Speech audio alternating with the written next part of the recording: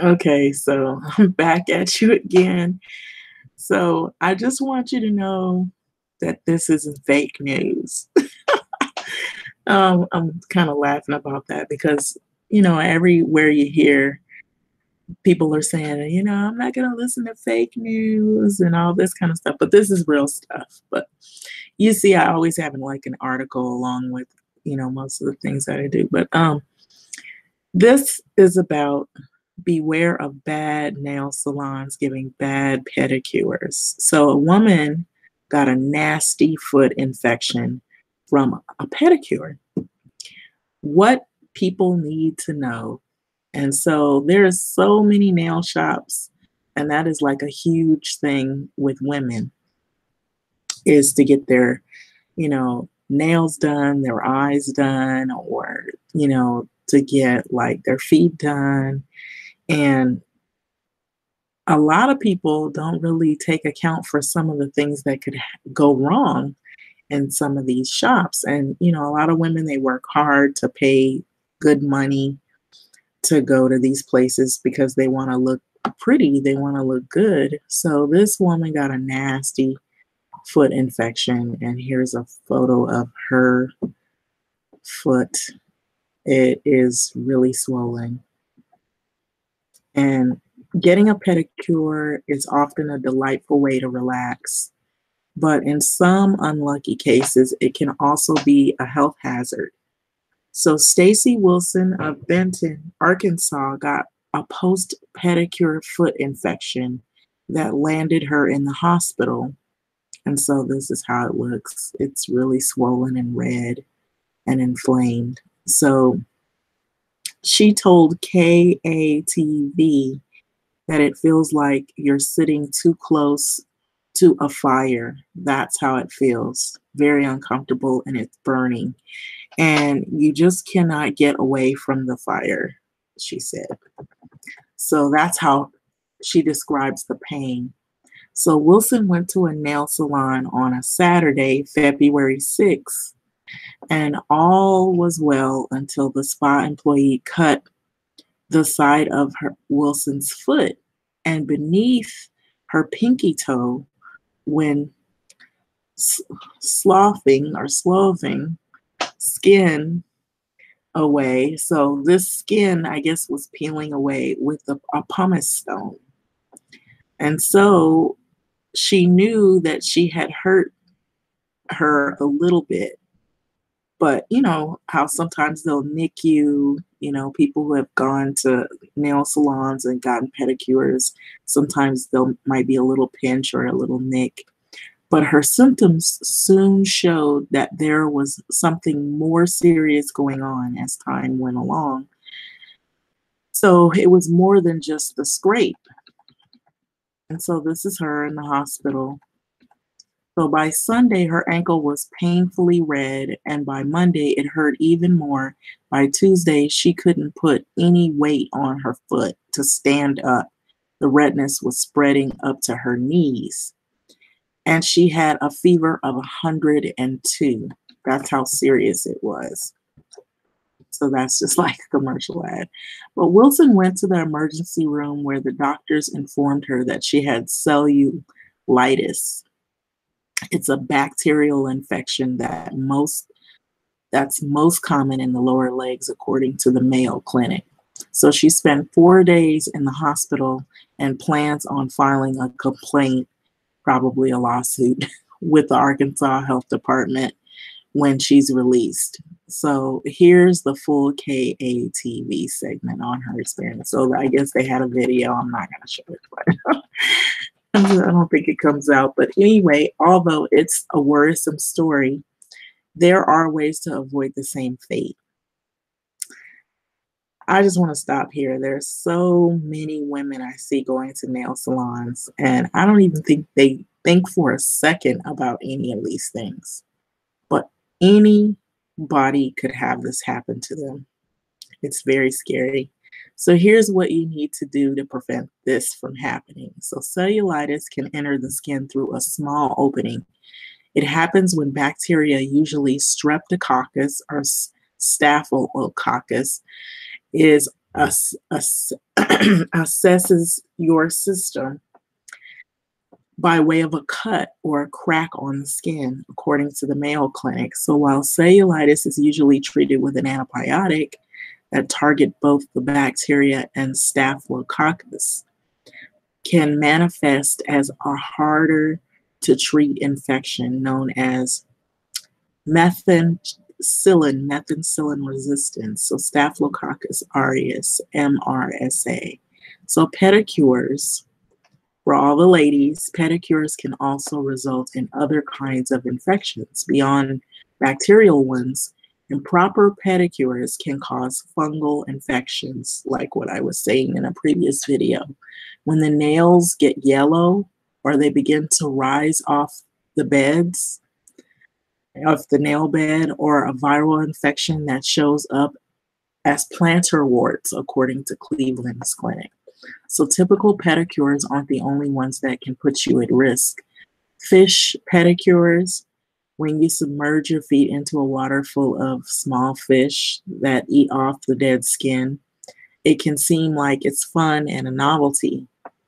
In reality, you're rife with issues.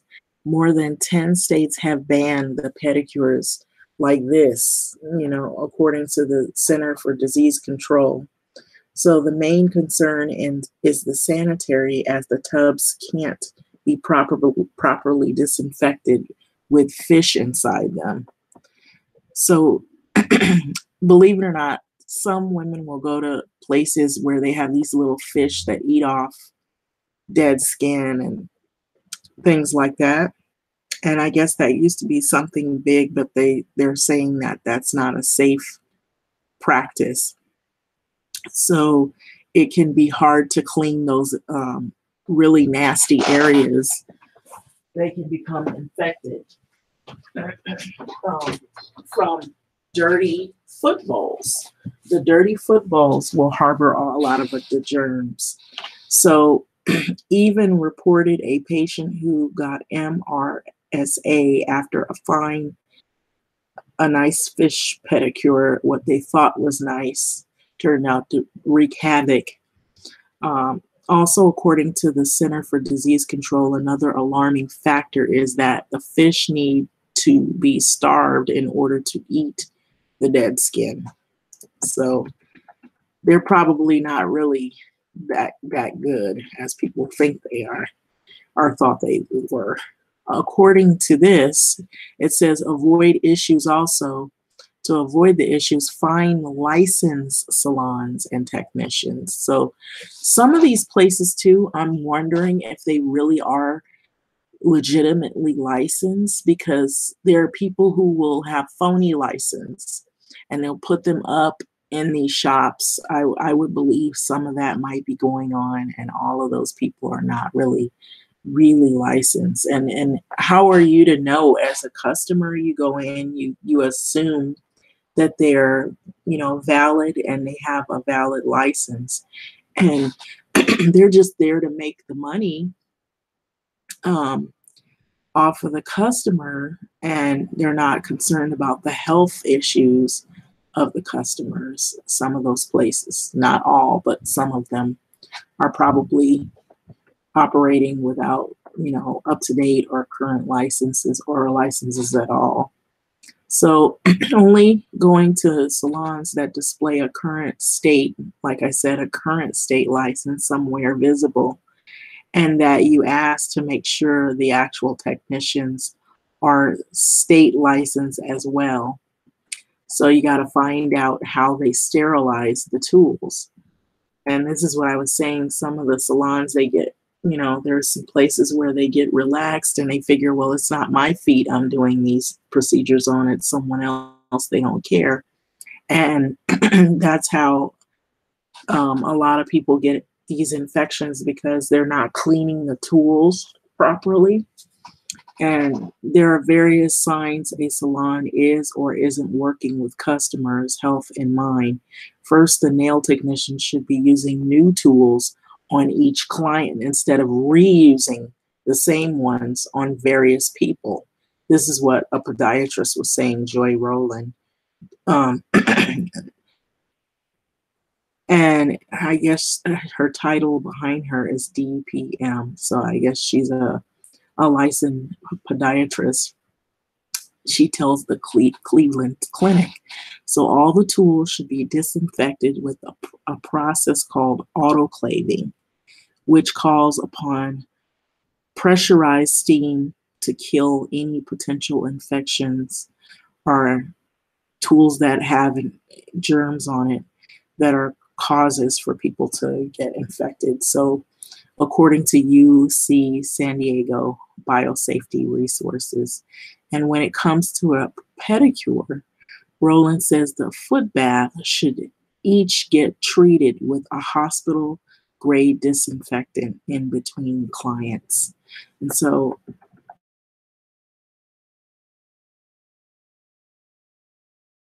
don't.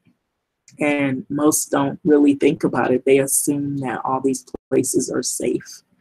So go to the salon first thing in the morning, American Podiatrist Medical Association, and there's the abbreviation. Reasoning is that salon foot baths are usually at their cleanest earlier in the day as opposed to after they've been through a bunch of customers. So if you can only go later, so this is a suggestion. They're saying that if you go earlier, there's a higher chance that you'll have the cleanest foot bath rather than going later in the day. And who's going to do that? Because most people have to go to work. And then, people really won't go to a salon maybe until like maybe the weekend. And you just kind of want to relax, and you might go later in the evening. You may not go later, early in the morning. So that might put you at risk, is what they're saying, because it's gone through a lot of customers. So if you can only go later, in addition to asking how often they clean the baths, ask whether they filter them between clients as well. And I bet some don't. Some places don't even do that. They probably go through a process where they'll clean them, or they'll invest in getting all these little plastic things so they can cover the foot bowl, and then they add the water to it. And that way they don't have to clean, do that constant cleaning of the foot bowls, because they've added a new plastic barrier over it. So they could just dump everything out and throw it away, and then put a new clean plastic barrier over. I've seen some shops do that, and that's probably easier than having to try and do the cleaning procedure to the foot bowls. So it also says, don't let anyone cut your cuticles. So that goes for both your hand and feet. So the cuticles are there to protect nails from infections, says the APMA. And so for that reason, you should never let anyone cut your cuticles. So as they can accidentally nick you or give you a bacteria very easy to go into your system, to assess to your system, even if you don't get cut in that moment without that layer of protection, your nails are more vulnerable to an infection until your cuticles grow back. So shave after you get a pedicure, not before. So bacteria can also enter through a small shaving nick, and even if you don't realize it. And so I guess that poses another risk itself. So it's funny how these things, people probably don't even really think about it. And so you just go to the shop, you think everything is good, everything is clean. They have a sign of A, this little card that grades all of the shops. They have something saying it's clean. Or they have all their licenses displayed on the wall. How many ask the name of the people, and do they really know if they really do cleaning? Who's doing that? Nobody's really. They just go in and you assume that it's clean. So skip the foot razor and ask the technician to be gentle with the pumice stone. So foot razors, also known as cradle blades. Now, I'm going to stop there because there was a nail salon where they said they weren't allowed to use those anymore because the I guess the licensing board would come in and they would get a fine or they could be closed down. And so they said the only way they could do that is if the customer requested, but they could still walk in and somebody could report them for using this blade. They used to use like a blade and they would use it on women's feet and you'd see them shaving all the excess skin off, all the callus skin, along with the pumice stone and all that kind of stuff. So it looked dangerous too, like they could accidentally cut you. But some people were requesting it, and this one technician told me infection or even permanent damage. That's pretty serious if it can be permanent damage, according to the APMA. So instead, opt for something like a foot file or pumice stone, which is less dangerous.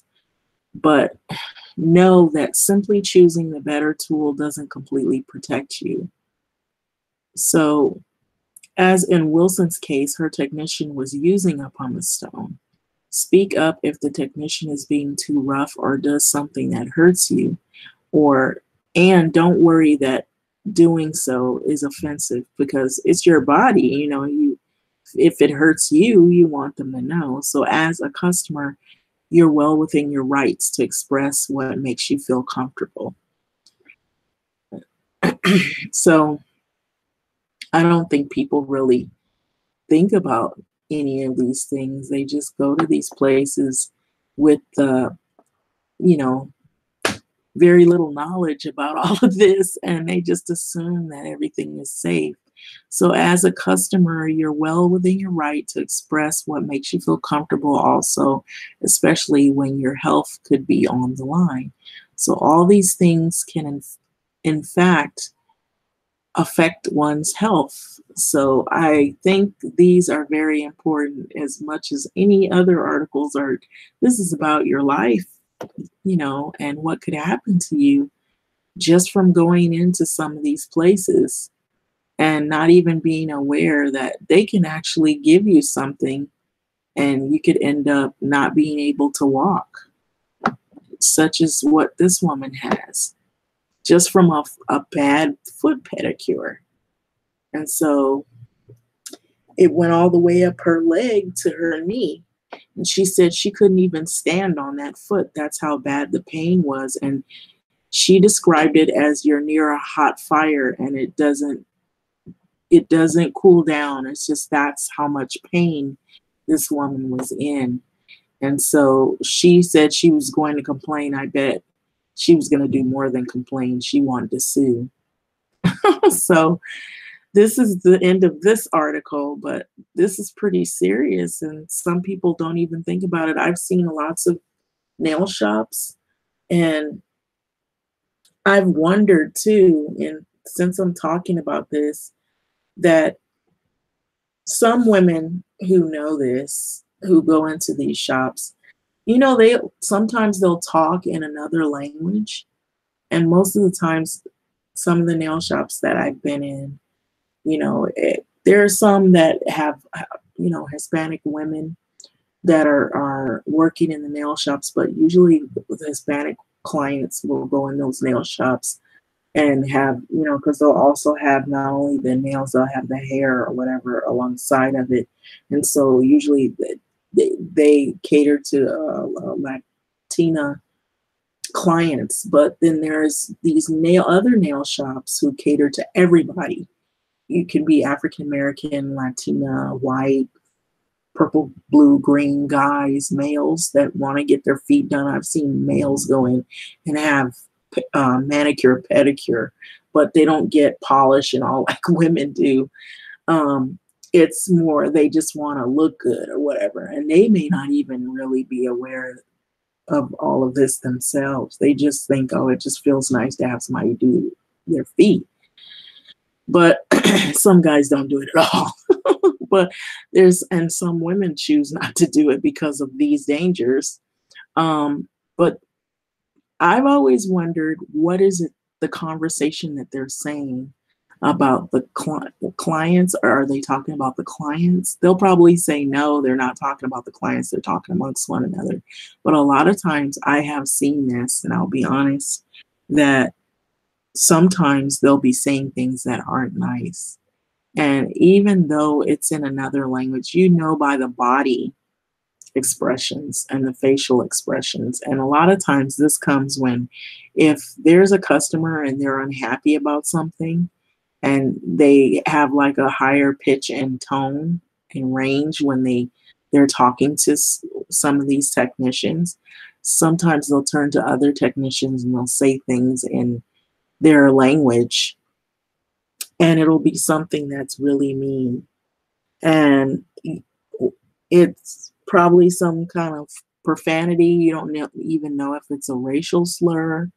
And a lot of times in, like, in California, there's a lot of salons and things like that. And in like the city areas like LA and Pasadena and all these other places like that, and Compton, Watts, Inglewood, all these places. And sometimes you'll see mostly Vietnamese women that are the technicians, and they'll speak another language, and they'll sometimes get in real deep conversations. And if you come in with an attitude, or you're mad because they did one of these things wrong to you, like they nicked you, or they were too rough, or you demand, oh, I'm not gonna pay you any money because you didn't do this right, or whatever, they'll get really angry and they'll talk in another language, and it'll be something bad they're saying.